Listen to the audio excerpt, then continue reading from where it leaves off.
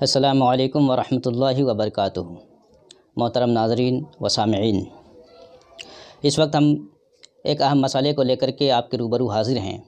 مسئلہ ہے عید الفطر کی نماز کی ادائیگی کا۔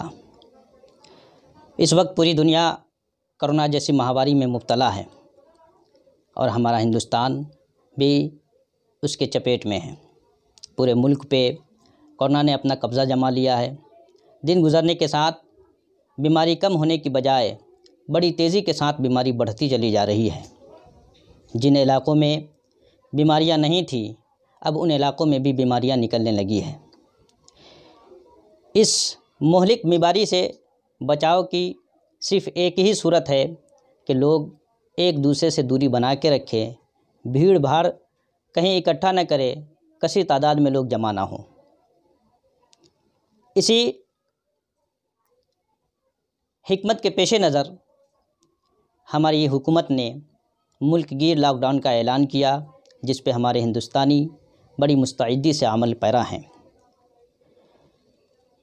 بات اب عید الفطر کی ادائیگی کی ہے کہ اگر لاک ڈاؤن نہیں کھلا تو عید الفطر کی نماز کیسے ادا کی جائے گی۔ اس تعلق سے ہمیں متقدمین کے یہاں دیکھنا چاہیے کہ اسلامی کتابوں میں اس تعلق سے کچھ روایتیں پائی جاتی ہے یا نہیں پائی جاتی ہے۔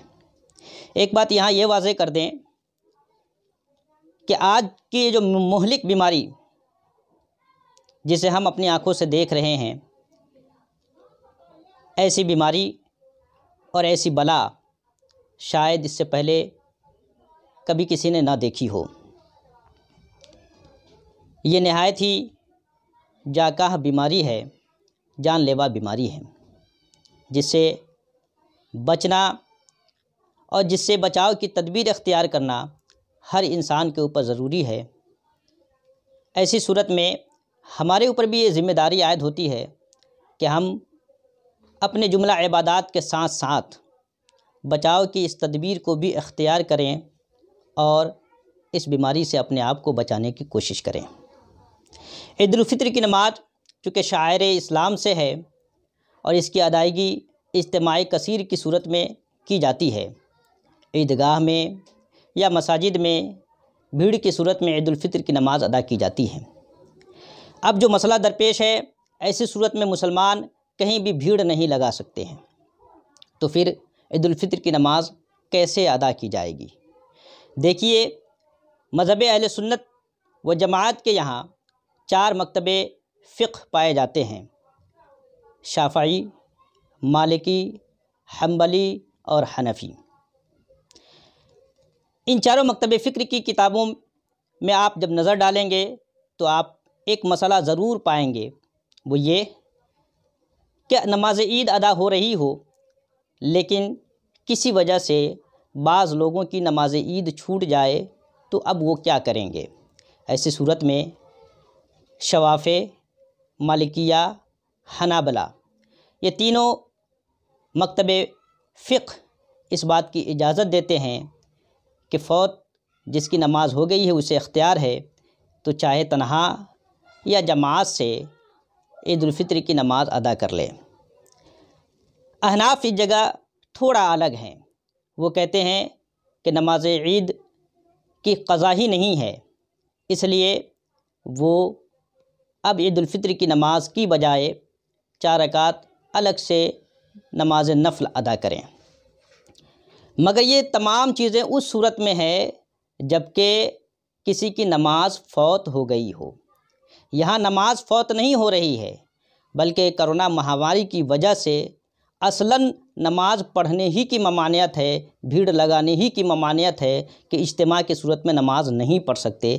ایسی صورت میں اب کیا کیا جائے؟ ایسی صورت میں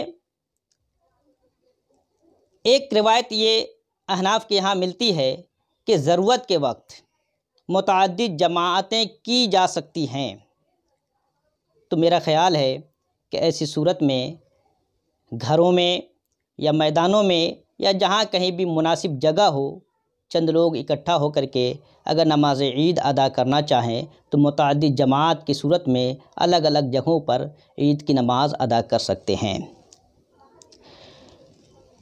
یاد رکھیں، ہم مسلمان تھوڑی ہی دیر میں جذباتی ہو جاتے ہیں اور آگے پیچھے کچھ نہیں دیکھتے۔ اس وقت ہمیں اپنی جان بھی بچانی ہے اور اپنے مذہب اور اپنے دین کو بھی بچانا ہے۔ دشمن ہاتھ دھو کر کے ہمارے پیچھے پڑے ہوئے ہیں، وہ اسی فراق میں ہیں کہ عید کے موقع سے ہم بھیڑ لگائیں اور پھر اس بھیڑ کو بہانہ بنا کر کے اسلام کو اور مسلمانوں کو بدنام کیا جائے۔